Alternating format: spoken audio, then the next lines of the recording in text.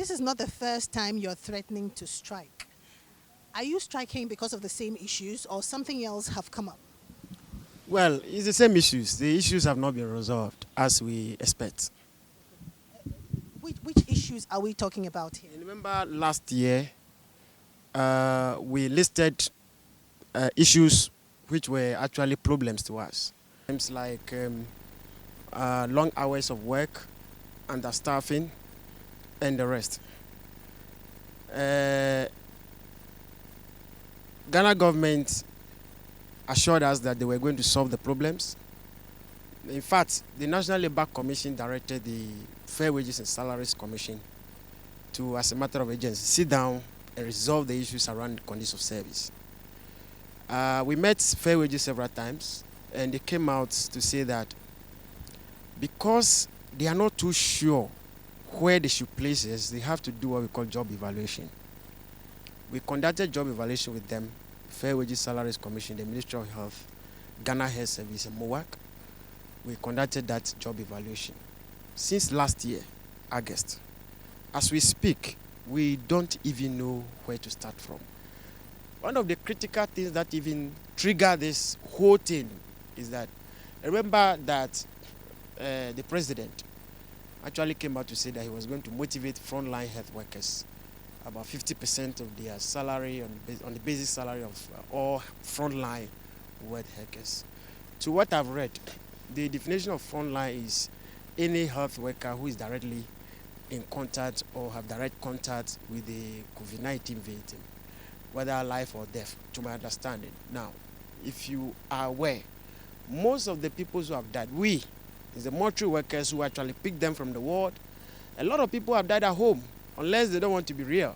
In reality, those who have died at home are more than those who have come to the hospital. People have been paid. We are very much aware that people have been paid. Nurses, other colleagues, other frontline health workers have been paid. We think that the work we do is not being recognized by the Ghanaian people, especially government. Because I know the clients knows what we do. When I spoke with you earlier, you said that you're on your way to the Ministry of Health. Did they contact you? What exactly? Of course, this meeting is unofficial, so I don't consider it as a meeting critical. But there is also a letter from the Ministry of Employment and Labour that has invited all the parties in this matter, the Ministry of Health itself, the Fair Wages and Salaries Commission, Ghana Health Service, Ministry of Finance, they are the money people, and the Ministry of Employment itself. The letter simply states that we should come and resolve the issues around the working conditions of mortuary workers.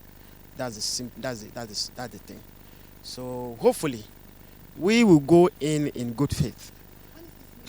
Tomorrow is going to be tomorrow Tuesday, which is at 10 a.m. At 10 a.m. It is our hope that government will come with a clean heart. We've had similar instances where before they'll call you for a negotiation, they bring in something in order to use what we call takashi, and then the meeting will scatter. Sometimes they think that, oh, let's run people to go. Now there's COVID-19, let them go. And if they can, we have also done an internal arrangement on how to handle this thing. So what we are saying simply is that we don't intend to punish the public or create fear and panic. We actually presenting a legal case where the law allows that in the event that the employer is not being faithful, you actually lay down your tools. This is simply what we are doing. So yes, we will go into that meeting. We expect that government to just do the needful.